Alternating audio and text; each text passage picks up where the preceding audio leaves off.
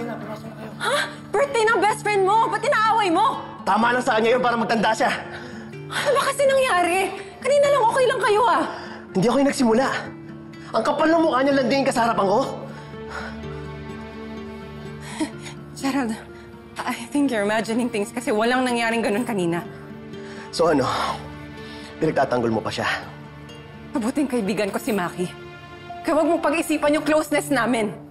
Ano gusto mong gawin ko, Gina? Tumunga nga? Habang may maaligid sa'yo? Asawa pa rin kita, Gina. Hindi ako papayag na maagaw ka na iba.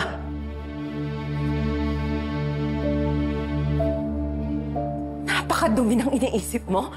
Mabuting tao si Maki. Wala siyang ginawa kundi suportahan ako. At siya ang naging sandalan ko nung sinaktan niyo ko at niloko niyo ako ni Betsy.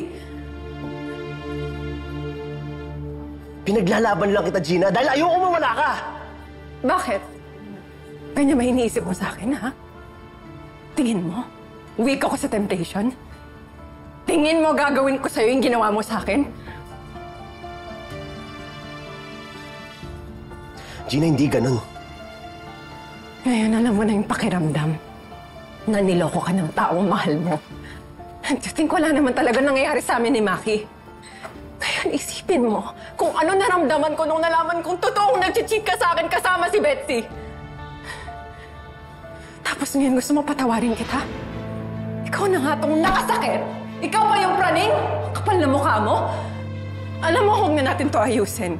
Pirmahan mo na lang yung divorce papers.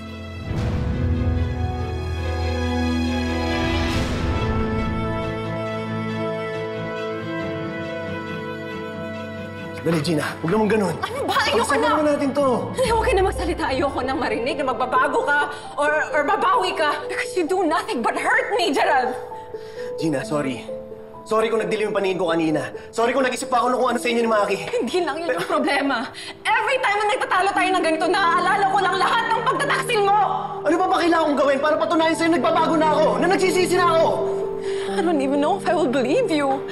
Hindi ko nga alam kung kaya ko pa magtiwala sa'yo eh. Kaya please, huwag mo na akong sundan. Gina, sandali! Gina!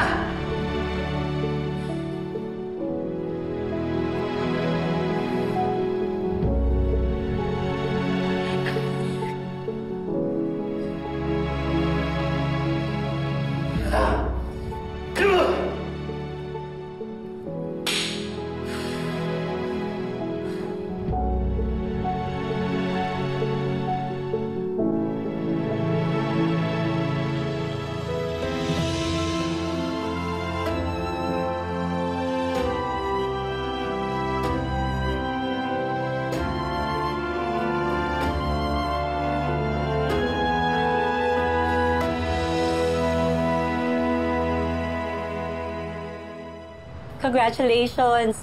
Normal and healthy ang heartbeat ni baby. That's good. So, kailan natin malalaman, Doc, kung boy or girl ang anak namin?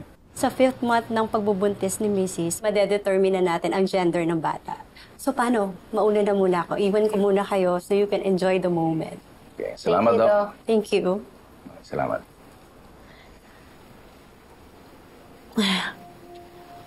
Sana lalaki. Para may junior ka na. Robert, salamat sa pag-alaga sa amin ng baby mo, ha. Alam mo, napakaswerte niya na ikaw ang tatay niya. Fino-fulfill ko lang naman yung part ko dun sa usapan natin. Siyempre, para sa baby, gagawin ko lahat. Ako din naman. Kaya naman hindi ako nagsasawang humingi ng tawad sa'yo para bumalik tayo sa dati. At para mabigyan natin ng kumpletong pamilya yung magiging anak natin.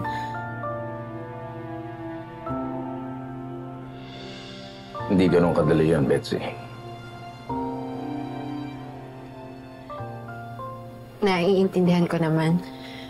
Hindi man ako nagmamadali, Robert. Pero sana pag-isipan mo.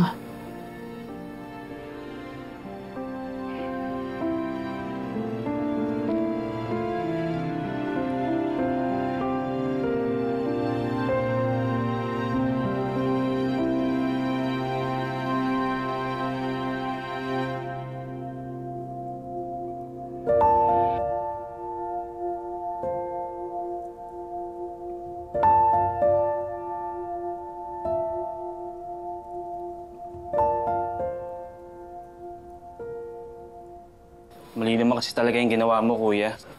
Dapat hindi mo inawis si Kuya Maki at pinagdudahan si Ate Gina. Pwede ba, Tolits? Hindi ko kailangan ng sermon mo ngayon. Kuya, hindi naman sa ganun. Ang sa akin lang, sana hindi ka nagpadala sa selos at pinagkatiwala mo si Ate Gina. Alam ko. Kaso nakainom ako nun eh. Isa pa. Nalaman ko na tuloy pa rin pala yung divorce namin.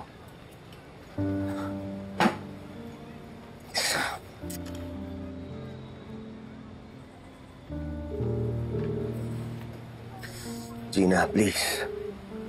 Sagutin mo naman. Gusto ko lang ayusin to. Please. Kuya, huwag ka sana magalit, ah. Pero minsan, pag matindi na ang sira ng isang bagay, wala ka ng choice kundi tanggapin na lang na hindi mo na ito maaayos.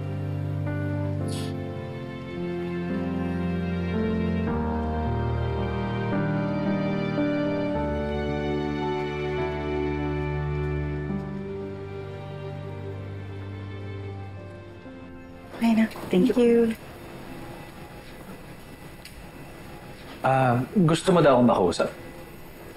Oo, Maki. Gusto ko sanang mag-sorry sa'yo. I mean, pasensya na nasira yung birthday celebration mo dahil sa amin. Oh, ba't ikaw nagsasorry? Wala ka namang kasalanan. Kahit na. Hindi naman magagalit si Gerald ng ganun kundi rin dahil sa issues namin. Actually, Gina, ako dapat ang mag-sorry sa'yo. May dahilan naman talaga si Gerald para magselos. Ha? What do you mean? Iba na palang pinaporma ni Gerald. Mas maganda yun kay Betsy, ah. Nandito na ako sa labas ng gate. Kuya Maki, thank you, You're still giving time for us. Wala yun. Para may peace of mind ka na rin. Alam mo, hindi ko talaga inakalang sasabog si Gerald ng ganun. Nahuli mo kasi siya nagsisinungaling. Ano na, sira na yung pamilya mo. Hindi. Ito ka lang muna. Huwag ka muna mag-isip. Ha? Ako na bahala. Gerald, kaibigan mo ako. Pero kahit sa anggulo mong tingnan, mali-mali ka pa rin. Ang iyan po'y pagtanggol. Gusto lang kitang i-check. Be okay?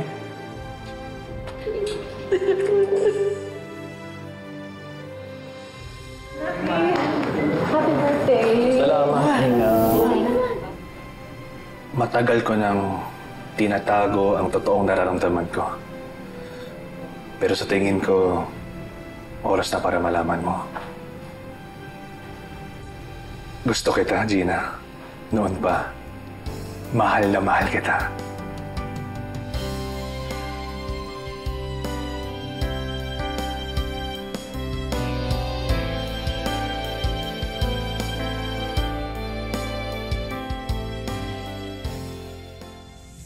Ba't gising ka pa? Makakasama sa baby yan kung puyat ka.